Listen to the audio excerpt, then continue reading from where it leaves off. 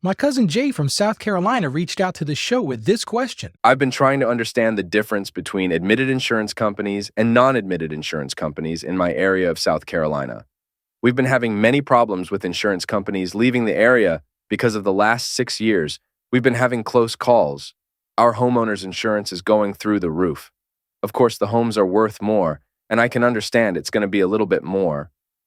So my wife has me looking for cheaper insurance that we pay for the year, with also the coverage that we want. The company we have right now is Orion 180. I see a lot of good reviews. They are an admitted company in some states, but not in this area yet. So I'm trying to understand that if you have them as a company, that is why you're paying cheaper insurance, because they're not following the state's guidelines yet.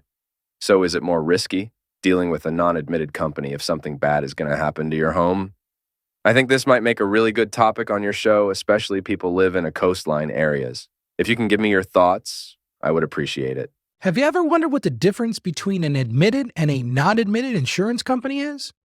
What does it mean for you as a consumer? Well, stay tuned today because you're going to find out.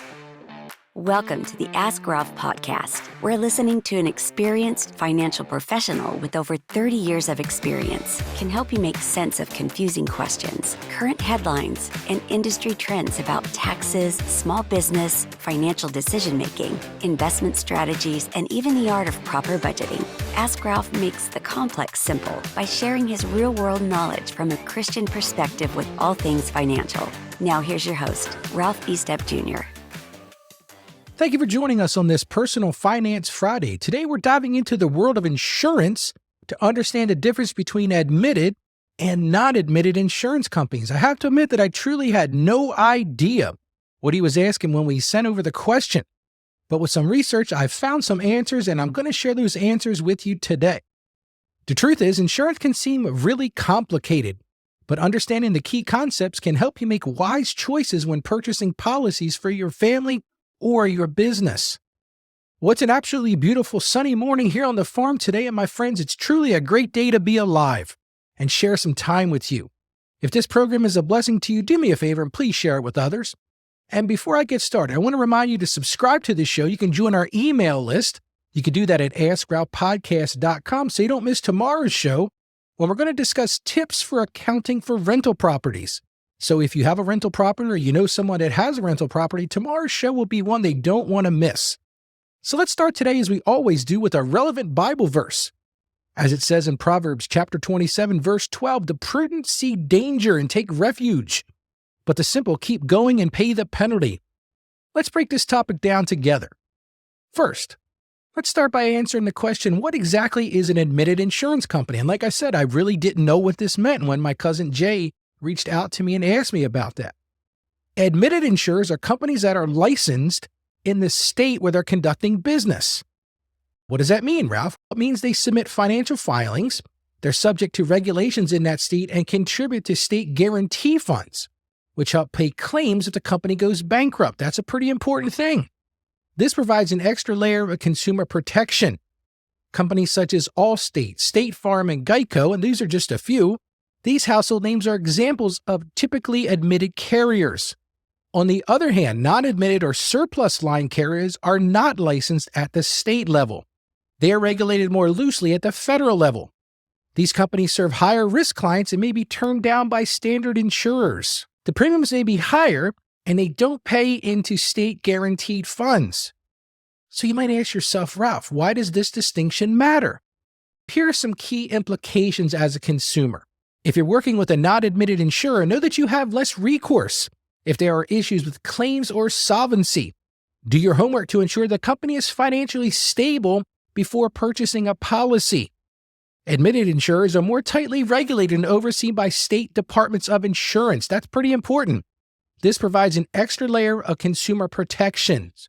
Admitted companies may have more flexibility with coverage options since they play by the state's rules, while non-admitted carriers only offer certain specialized policies.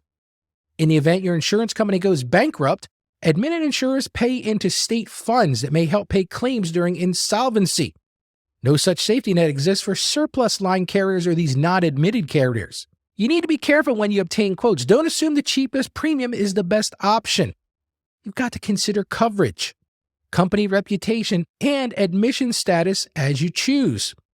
Doing a little bit of research on the front end can prevent major headaches later on if you ever need to file a claim. And the truth is, that's when you really run into problems with insurance. So here are some action steps you can take to make wise choices. On the program, I always try to bring you some action items. Ask your agent to specify which companies they are quoting are admitted versus not admitted. You might not have even thought about this beforehand. I honestly had never thought about this. So the next time I talk to my agent, this is a discussion we're going to have. If he's going to present me with several different quotes, I want to know which ones are admitted versus not admitted. And once you do that, you search the company's rating and financial strength on sites like AM Best or Standard & Poor's. Do some due diligence, do some research into the company. The next thing you want to do is check in your state's Department of Insurance to validate licensure and admission status. Now, truth is, folks, how many people would take the time to do that? But most people's homes are their biggest asset, so you want to make sure you've got insurance that's going to cover you in the event of a casualty. Another thing you can do is read online reviews from current policyholders before purchasing. Now, while admitted carriers provide an extra level of security, not admitted companies can still potentially fill a niche if you have higher risk. As with any major financial decision, do your due diligence. An ounce of prevention is truly worth a pound of cure. Now, before we wrap up, I'll remind all of our listeners to visit our podcast page. You do that at AskRalphPodcast.com. There you can leave a review, share your thoughts, or even send us a message like my cousin Jay did with future questions that we can talk about on this show. Now, while you're there, make sure you join our email list to enter into our weekly $25 Amazon gift card drawing. You're also there. You can schedule a consultation with me to discuss your specific circumstances.